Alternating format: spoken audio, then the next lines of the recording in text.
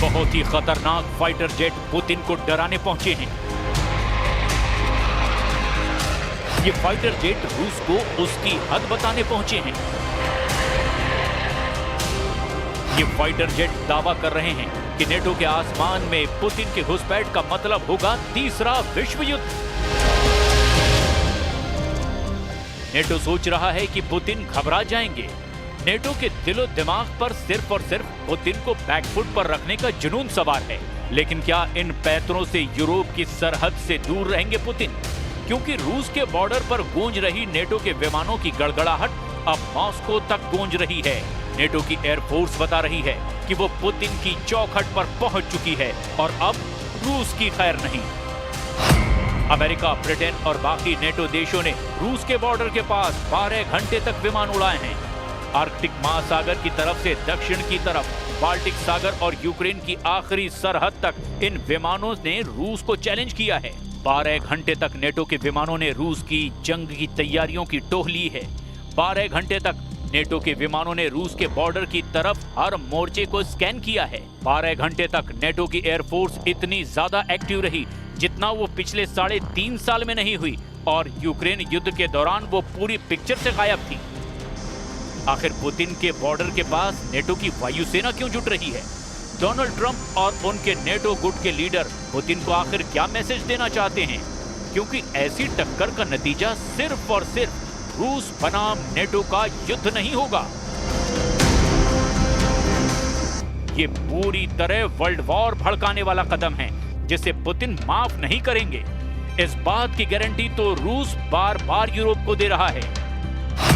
रूस पर नजर रखने के लिए भी बड़े टोही विमानों में RC-135 सर्विलांस जेट शामिल हैं। इसके अलावा P-81 भी शामिल है जो आर्कटिक महासागर के आसपास रूस की नौसेना पर निगरानी रख रहा है, जबकि RC-135 नेटो की पूर्वी सरहद पर रूस के कम्युनिकेशन और रडार सिस्टम को ट्रैक कर रहा है।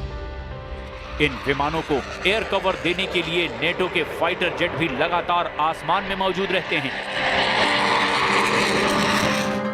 वहीं ये लॉन्ग रेंज तक उड़ान भर रहे हैं और बिना उतरे हुए अपने मिशन को अंजाम दे रहे हैं। इसके लिए नेटो के टैंकर विमान भी लगातार यूरोप का चक्कर लगाते रहते हैं।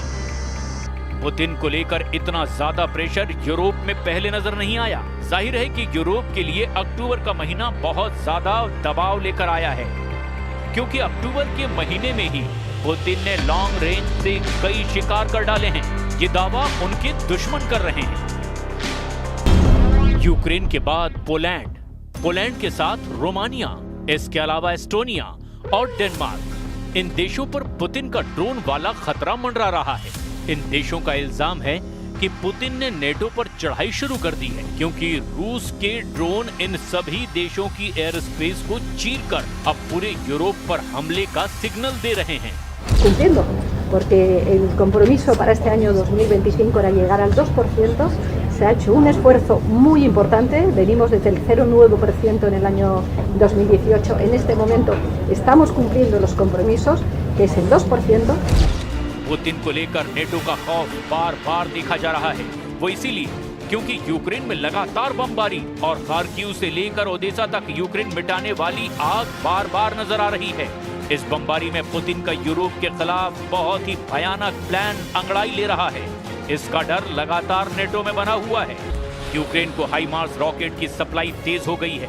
बाइडेन ने जो रॉकेट सिस्टम जेलेंस्की को दिया था, उसके कारतूस अब डोनाल्ड ट्रंप सप्लाई कर रहे हैं। 100 किलोमीटर की रेंज में ये रॉकेट सिस्टम रूस की सेना के उन अड्डों तक पहुंच सकता है जो अभी तक जेलेंस्की की रेंज में आसानी से कवर नहीं होते थे।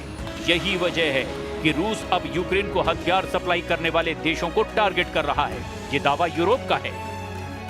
रूस को गुस्सा दिलाने वाला एक बड़ा कदम जर्मनी ने भी उठाया है। जर्मनी के रक्षा मंत्री बोरिस पिस्टोरियस ने लिथुआनिया जाकर के रूस को आमने सामने के युद्ध के लिए ललकारा है। जर्मन रक्षा मंत्री ने कहा कि बाल्टिक देशों को बचाने के लिए उनका देश तैयार है और जर्मनी इस इलाके में रूस को मुंहतोड़ जवाब देगा। इसके लिए लिथुआनिया में 2026 तक जर्मनी के 2000 सैनिक तैनात रहेंगे।